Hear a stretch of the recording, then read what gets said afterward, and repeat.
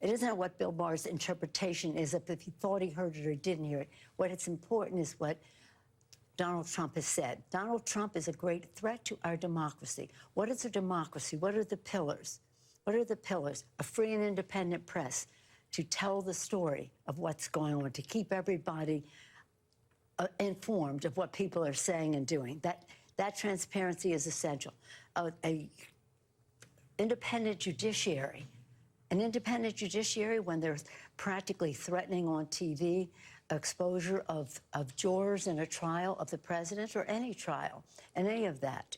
What is an independent judiciary? It's about free and fair elections, and what do they do but suppress the vote? So there's nothing in his performance, if that's the word we'll use, what he has done, that would indicate that he cares, prioritizes, or ever valued or did anything to support a democracy. And now on the ballot saying he should have immunity from whatever he might do.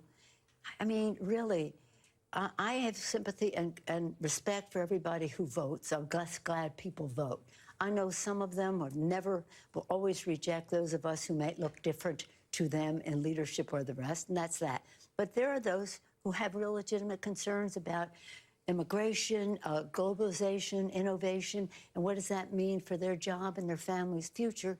And we have to address those concerns. And Joe Biden is doing that, created 9 million jobs in his term in office. Donald Trump has the worst record of job loss of any president. So we just have to make sure people know. That was a global pandemic.